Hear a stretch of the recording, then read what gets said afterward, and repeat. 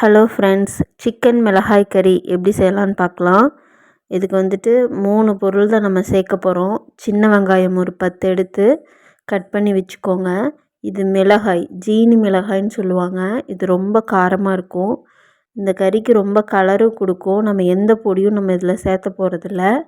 இதில் வந்துட்டு நான் 15 மிளகாய் எடுத்து இந்த மாதிரி நீட்டமாக கட் பண்ணி அதில் இருக்கிற விதையெல்லாம் எடுத்துடுறேன்.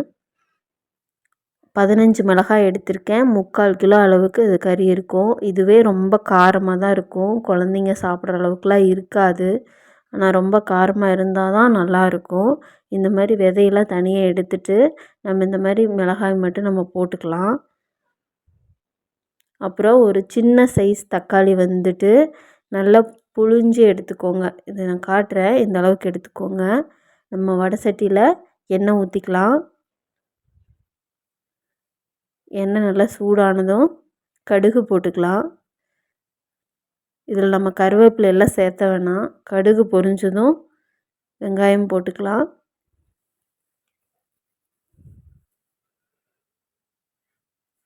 மேலே தெரிச்சிருச்சு. நல்லா வெங்காயம் வதங்கினதும் மிளகாய் சேர்த்துக்கலாம். மிளகாய் ரொம்ப வதக்க வேணாம். அதனோட கலர் கருப்பாக மாறக்கூடாது. லைட்டாக சிம்மில் வச்சு நல்லா வதக்கிடுங்க. இது வதங்கின உடனே நம்ம கறியை சேர்த்துடலாம். நம்ம காரத்துக்கு வேறு எதுவுமே சேர்க்க போகிறதில்ல. 15 மிளகாய் மட்டும்தான் சேர்த்துருக்கோம். இப்பயே பாருங்கள் எண்ணெயில் எப்படி அந்த கலர் இறங்குதுன்னு. நீங்கள் கறியை சேர்த்துடலாம். இஞ்சி பூண்டு அதெல்லாம் எதுவுமே வேணாம். கறியை சேர்த்துட்டு நல்லா பிரட்டி விட்டுடலாம். அந்த சமயத்தில் நம்ம தக்காளி பழத்தை நல்லா பிசைஞ்சிக்கலாம். ரசத்துக்கு பிசையோம்ல அந்த மாதிரி பிசைஞ்சு அந்த சாறு மட்டும் நம்ம இதில் சேர்த்துக்கலாம். இந்த மாதிரி நல்லா பிசைஞ்சிருங்க. வேணால் கொஞ்சம் தண்ணி ஊற்றி கூட பிசைஞ்சிருங்க. அதுக்கப்புறம் அப்படியே வடித்து அந்த தண்ணியை மட்டும் சேர்த்துங்க. தக்காளி பழம் கூட வேணாம். அதிகமாக சேர்த்தாலும் புளிப்பாக இருக்கும். லைட்டாக சின்ன தக்காளியை எடுத்து சேர்த்துக்கிட்டிங்கன்னா டேஸ்ட் ரொம்ப நல்லாயிருக்கும். மஞ்சத்தூள் போட்டுக்கலாம். அதுக்கப்புறம் உப்பு, தேவையான அளவு உப்பு போட்டுக்கோங்க. இது நல்லா வதங்கினாவே போதும். அதுலேருந்து தண்ணி விடுது பாருங்கள். இதில் நல்லா வேகட்டும். அதுக்கப்புறம் இந்த கறியெல்லாம் முழுகிற அளவுக்கு தண்ணி ஊற்றிக்கிறோம். அவ்வளோதாங்க. வேறு எதுவுமே இதில் சேர்த்த போகிறதில்ல. இதில் நல்லா வதங்கிட்டுருக்கு. இப்போ தண்ணி ஊற்றிக்கலாம்.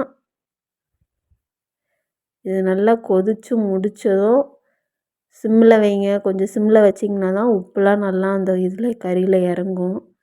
ரொம்ப டேஸ்ட்டாக இருக்கும். இஞ்சி பூண்டு மிளகாத்தூள் அந்த மாதிரி எதுவுமே தேவையில்லை. சின்ன வெங்காயம், மிளகாய், உப்பு, மஞ்சத்தூள், வேணும்னா சின்ன தக்காளி சேர்த்துக்கலாம். சேர்க்கலனாலும் டேஸ்ட் நல்லா தான் இருக்கும். இந்தளவுக்கு ரெடி ஆகிடுச்சு பாருங்கள். இந்த மாதிரி செஞ்சு சாப்பிட்டு பாருங்கள், சூப்பராக இருக்கும். இது தம்பிக்காக குழம்புல போட்டு வச்சு சிக்கன் லெக் பீஸு. இப்போ தான் தம்பி ஃபஸ்ட் டைம் ட்ரை பண்ணுறான். அவனுக்கு இது பிடிச்சதா பிடிக்கலையான்னு தெரில. ஆனால் கொஞ்சம் கொஞ்சம் தான் சாப்பிட்டான். சாப்பாடு அது கூட கறி எடுத்து தனியாக குழம்பு வச்சுட்டாங்க. அந்த கறி குழம்பு, அந்த கறி எடுத்து தனியாக தாளிப்பு ஒன்று கொடுத்து கறி வறுவல் மாதிரி பண்ணிட்டாங்க. இது கறி வறுவல். இதுலேயும் எதுவுமே போட மாட்டாங்க. மிளகாயும் கருவேப்பிலை கடுகு, அவ்வளோதான். எந்த பொடியும் நீங்கள் சேர்க்காதீங்க. சிம்பிளாக சாப்பிட்டுக்கோங்க. அடுத்தது மிளகாய் கறி, காரசாரமான மிளகாய் கறி. வாங்க சாப்பிட்லாம். எங்களோட சண்டே ஸ்பெஷல் இதுதான். எப்பயுமே இதுதான் இருக்கும் மெயினாக.